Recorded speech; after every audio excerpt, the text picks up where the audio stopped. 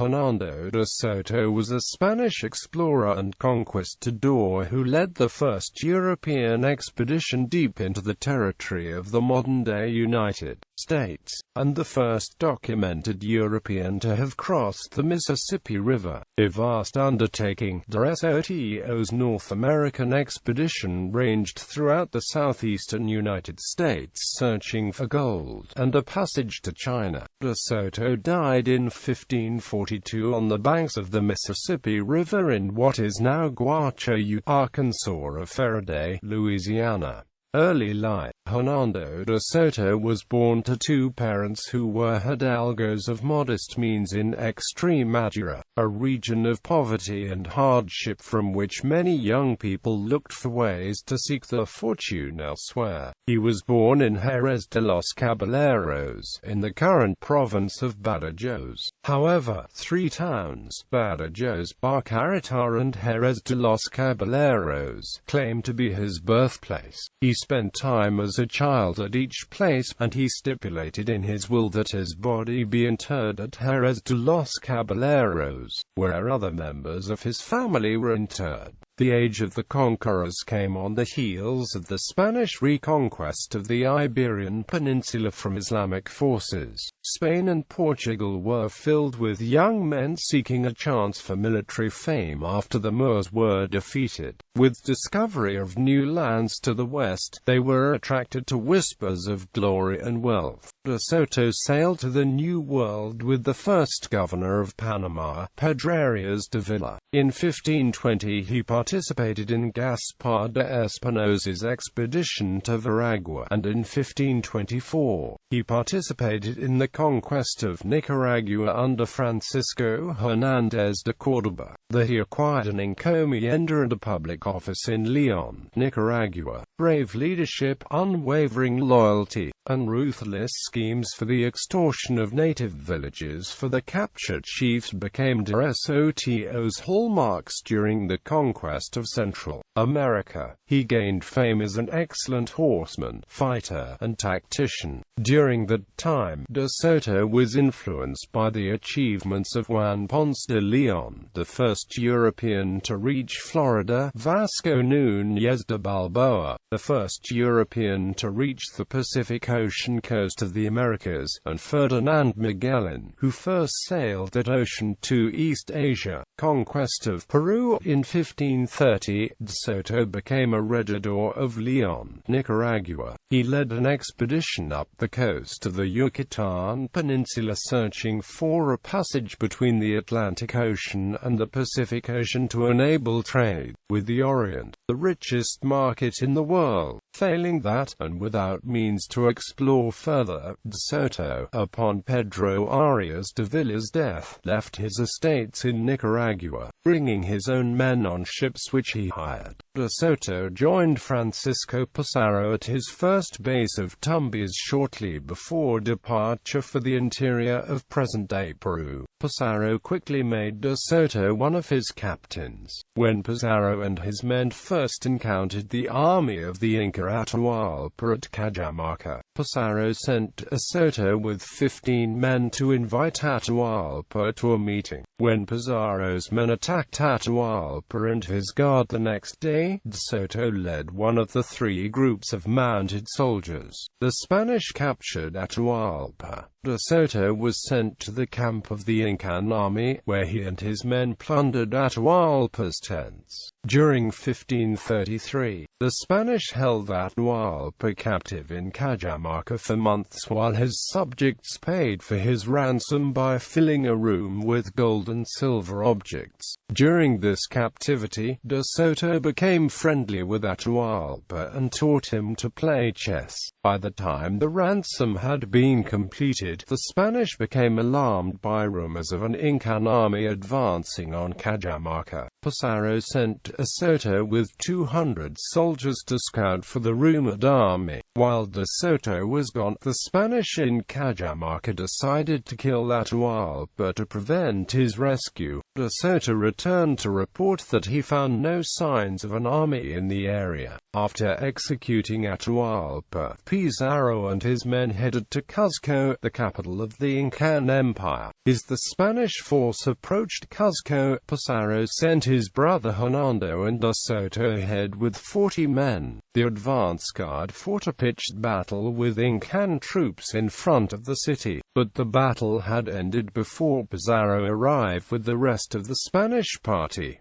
The Incan army withdrew during the night. The Spanish plundered Cuzco, where they found much gold and silver. As a mounted soldier, De Soto received a share of the plunder that made him very wealthy. It represented riches from Atahualpa's camp, his ransom, and the plunder from Cuzco.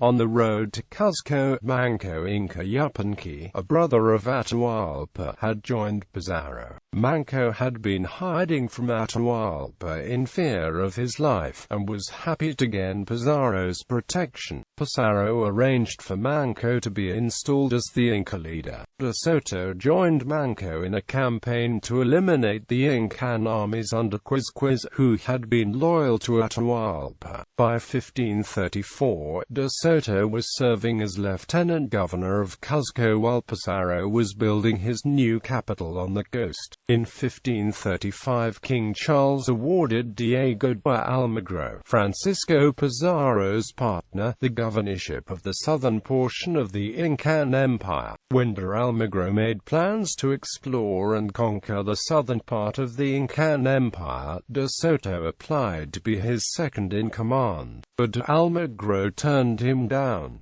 De Soto packed up his treasure and returned to Spain.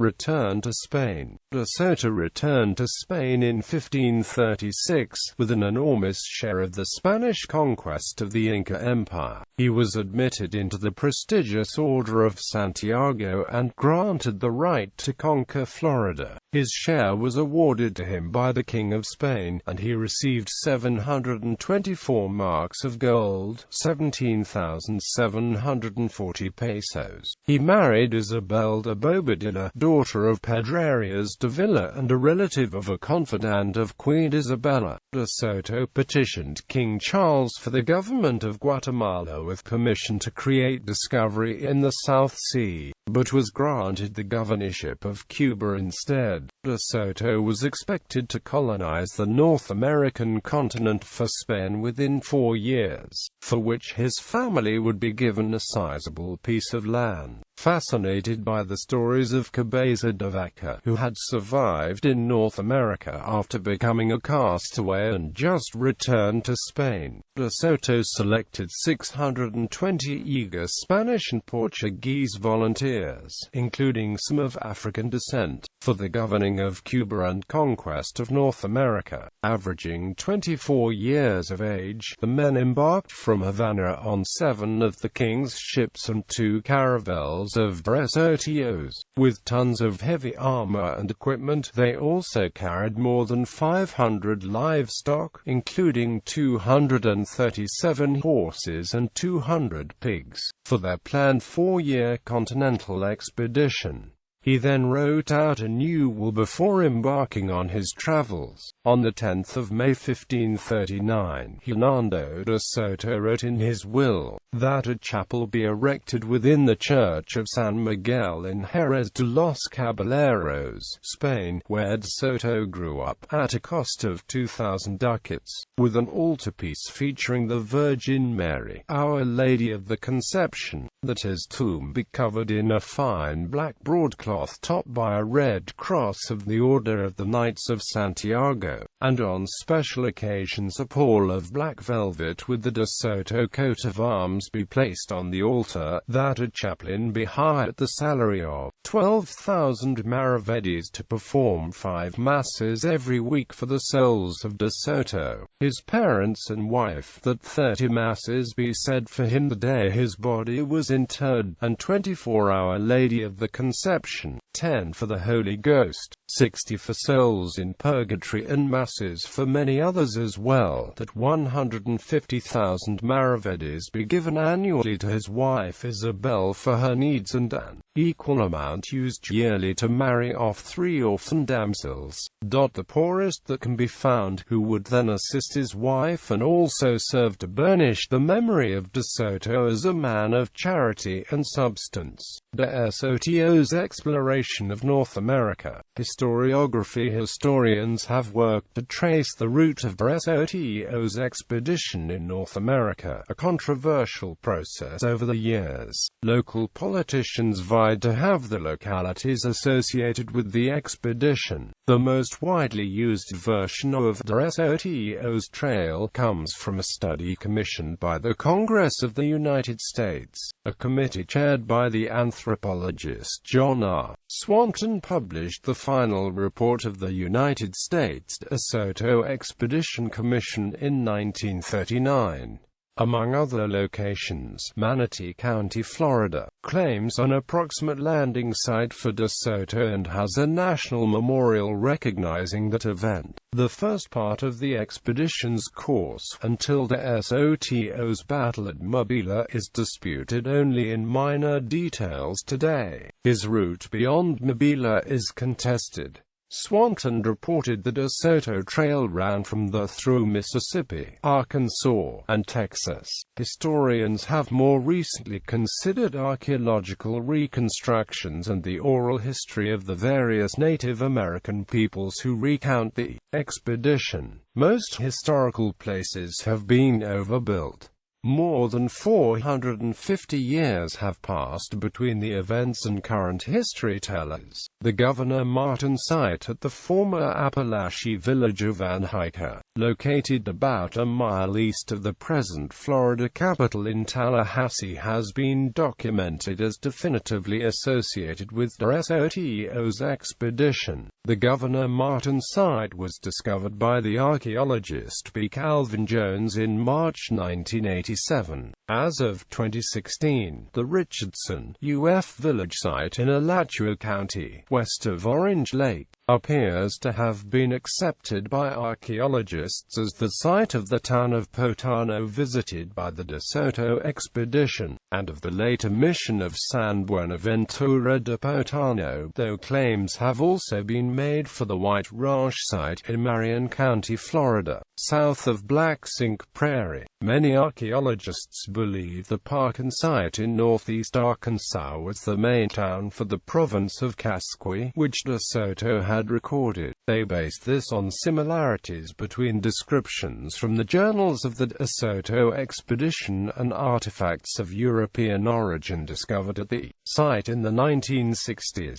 Theories of De Soto's route are based on the accounts of 4 chroniclers of the expedition. The first account of the expedition to be published was by the Gentleman of Elvas, an otherwise unidentified Portuguese knight who was a member of the expedition. His chronicle was first published in 1557. An English translation by Richard Hakluyt was published in 1609. The king's factor with the expedition, Luis Hernandez de Biedma, wrote a report which still exists. The report was filed in the Royal Archives in Spain in 1544, and translated into English by Buckingham Smith and published in 1851. De Soto's secretary, Rodrigo Rangel, kept a diary, which has been lost, but apparently was used by Gonzalo Fernandez de Oviedo y Valde in writing his La Historia General y Natural de las Indias. Oviedo died in 1557, but the part of his work containing Rangel's diary was not published until 1851. An English translation of Rangel's report was published in 1904. The fourth chronicle is by Garcilaso de la Vega el Inca. Garcilaso de la Vega was not a participant in the expedition. He wrote his account, La Florida, known in English as the Florida of the Inca, decades after the expedition, based on interviews with some survivors of the expedition. The book was first published in 1605. Historians have identified problems with using La Florida as a historical account. Milanich and Hudson warn against relying on Garcilaso, noting serious problems with the sequence and location of towns and events in his narrative, and add, some historians regard Garcilaso's La Florida to be more a work of literature than a work of history. Langford characterizes Garcilaso's La Florida as a collection of legend narratives, derived from a much retold oral tradition of the survivors of the expedition. Milanich and Hudson warn that older translations of the chronicles are often relatively free translations in which the translators took considerable liberty with the Spanish and Portuguese text. The chronicles described De Soto's trail in relation to Havana, from which they sailed, the Gulf of Mexico, which they skirted inland, then turned back to later, the Atlantic Ocean, which they approached during the second year, high mountains, which they traversed immediately thereafter, and dozens of other geographic features along the way, such as large rivers and swamps, at recorded intervals. Given that the natural geography has not changed much since De Soto's time, scholars have analyzed those journals with modern topographic intelligence to render a more precise De Soto trail. 1539, Florida. In May 1539, De Soto landed 9 ships with over 620 men and 220 horses in South Tampa Bay. He named it Espiritu Santo after the Holy Spirit. The ships brought priests, craftsmen, engineers, farmers, and merchants, some with their families, some from Cuba, most from Europe and Africa. Few had traveled before outside of Spain, or even the home villages. Near De Soto's port is the party found Juan Ortiz, a Spaniard, living with the Mocoso. Ortiz had been captured by the Uzita while searching for the lost Narvaez expedition, and had later escaped to Mocoso. Ortiz knew the Timucua language and served De Soto as an interpreter as he traversed the Timucuan-speaking areas on his way to Appalachia. He established a unique method for guiding the expedition and communicating with various tribal dialects. He recruited guides from each tribe along the route. A chain of communication was established whereby a guide who had lived in close proximity to another tribal area was able to pass his information and language on to a guide from a neighboring area. Because Ortiz refused to dress as an Hidalgo Spaniard, other officers questioned his motives. De Soto remained loyal to Ortiz, allowing him the freedom to dress and live among his friends. Another important guide was the 17-year-old boy Perico, or Pedro, from modern-day Georgia. He spoke several of the local tribes' languages and could communicate with Ortiz. Perico was taken as a guide in 1540 and treated better than the rest of the slaves, due to his value to the Spaniards. The expedition traveled north, exploring Florida's west coast, encountering native ambushes and conflicts along the way. De Soto's first winter encampment was at Anheuser, the capital of the Appalachia. It is one of the few places on the route where archaeologists have found physical traces of the expedition. It was described as being near the Bay of Horses. The bay was named for where the starving members of the preceding Narvaez expedition killed and ate the horses while building boats for escape. 1540, the southeast, for the winter location in the western panhandle of Florida. Having heard of gold being mined toward the sun's rising, the expedition turned northeast through what is now the modern state of Georgia. Recently, archaeological finds were made at a remote, privately owned site near the Ocmulgee River in Telfair County. These included 9 glass trade beads, some of which bear a chevron pattern believed to be indicative of the De Soto expedition. 6 metal objects were also found, including a silver pendant and some iron tools. The expedition continued on to present-day South Carolina. The expedition was received by a female chief, who turned over her tribe's pearls, food and other goods to the Spanish soldiers. The expedition found no gold, however, other than pieces from an earlier coastal expedition. De Soto headed north into the Appalachian Mountains of North Carolina, where he spent a month resting the horses while his men searched for gold.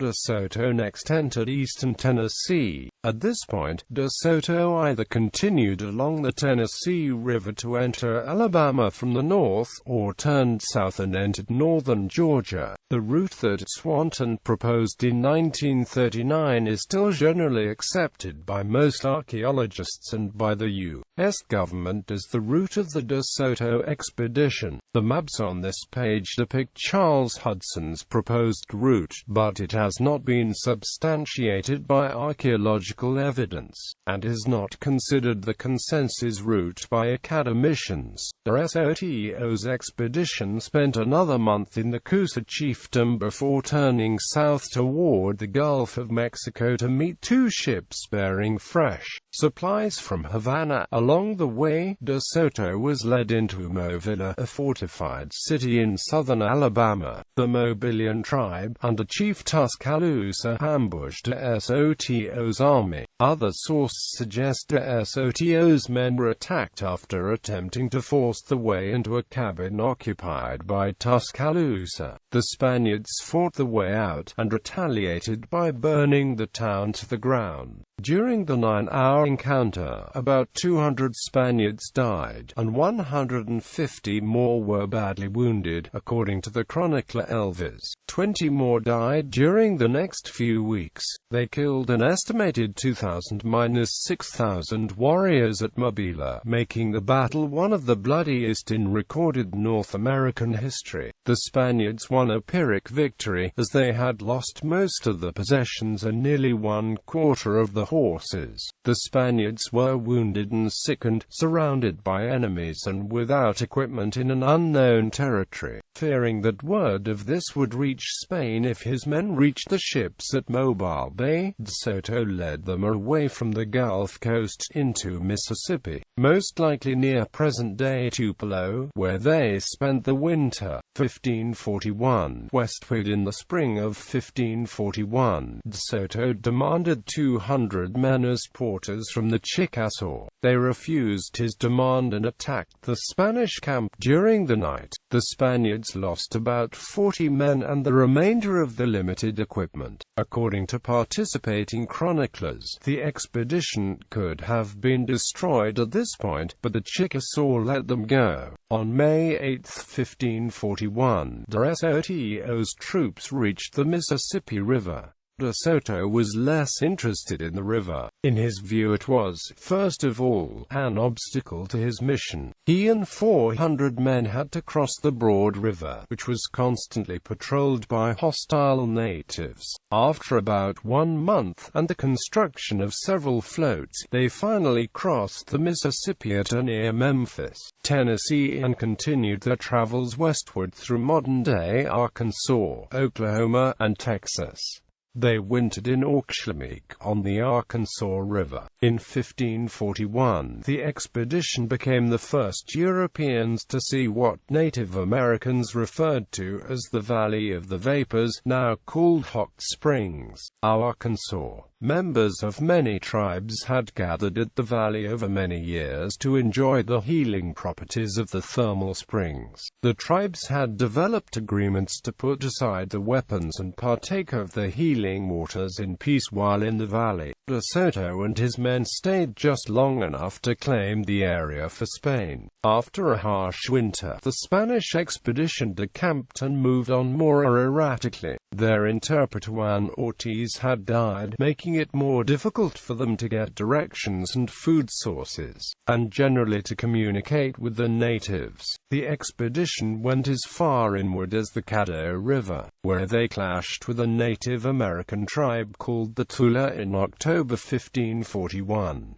The Spaniards characterized them as the most skilled and dangerous warriors they had encountered. This may have happened in the area of present-day Caddo Gap, Arkansas. Eventually, the Spaniards returned to the Mississippi River. De Soto died of a fever on May 21, 1542, in the native village of Guachoya on the western banks of the Mississippi. Before his death, De Soto chose his former maestro de campo Luis de Moscoso Alvarado to assume command of the expedition. His possessions at death were 4 Indian slaves, 3 horses and 700 hogs. Since De Soto had encouraged the local natives to believe that he was an immortal sun god, his men had to conceal his death. The actual location of his burial is not known. According to one source, De Soto's men hid his corpse in blankets weighted with sand and sank it in the middle of the Mississippi River during the night. Return of the expedition to Mexico City. De Soto's expedition had explored Florida for 3 years without finding the expected treasures or a hospitable site for colonization efforts. They had lost nearly half the men. Most of the horses had been killed. The soldiers wore animal skins for clothing, and many were injured and in poor health. The leaders came to a consensus to abort the expedition and try to find a way home, either down the Mississippi River, or overland across Texas to the Spanish colony of Mexico City. They decided that building boats would be too difficult and time-consuming, and that navigating the Gulf of Mexico too risky, so they headed overland to the southwest.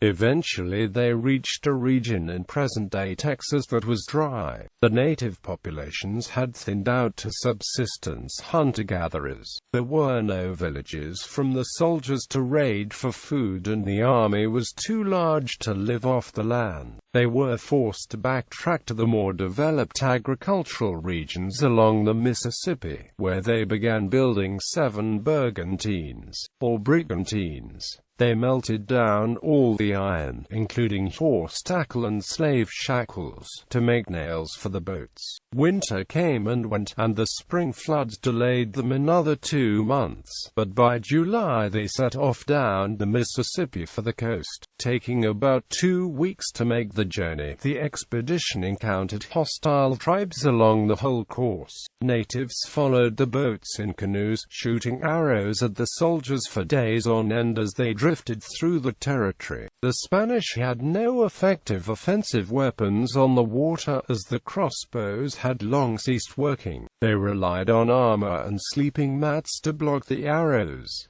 About 11 Spaniards were killed along this stretch and many more wounded. On reaching the mouth of the Mississippi, they stayed close to the Gulf shore, heading south and west. After about 50 days, they made it to the Panico River and the Spanish frontier town of Panico.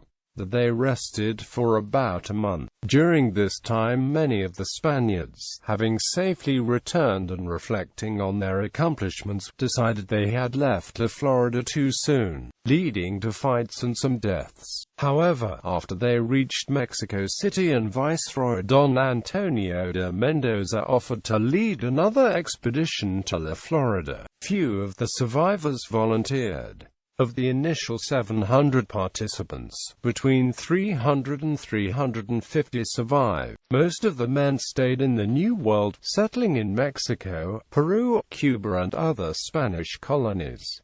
Effects of expedition in North America. For the point of view of the Spanish, De Soto's excursion to Florida was a failure. They acquired neither gold nor prosperity, and founded no colonies. But the expedition had several major consequences. It contributed to the process of the Columbian Exchange. For instance, some of the swine brought by De Soto escaped and became the ancestors of razorback pigs in the southeastern United States. De Soto was instrumental in contributing to the development of a hostile relationship between many Native American tribes and Europeans. When his expedition encountered hostile natives in the new lands, more often than not it was his men who instigated the clashes. More devastating than the battles were the diseases carried by the members of the expedition. Because they lacked immunity to Eurasian diseases, the indigenous peoples suffered epidemics of illness after contracting infectious diseases, such as measles, smallpox, and chickenpox. Several areas that the expedition crossed became depopulated by disease caused by contact with the Europeans. Many natives fled the populated areas that had been struck by the illnesses for the surrounding hills and swamps. In some areas, the social structure changed because of population losses due to epidemics. The records of the expedition contributed greatly to European knowledge about the geography, biology, and ethnology of the New World. The De Soto expedition's descriptions of North American natives are the earliest known source of information about the societies in the Southeast. They are the only European description of North American native habits before the natives encountered other Europeans. De Soto's men were both the first and nearly the last Europeans to witness the Mississippian culture. De Soto's expedition led the Spanish crown to reconsider Spain's attitude toward the colonies north of Mexico. He claimed large parts of North America for Spain. The Spanish concentrated the missions in the state of Florida and along the Pacific coast.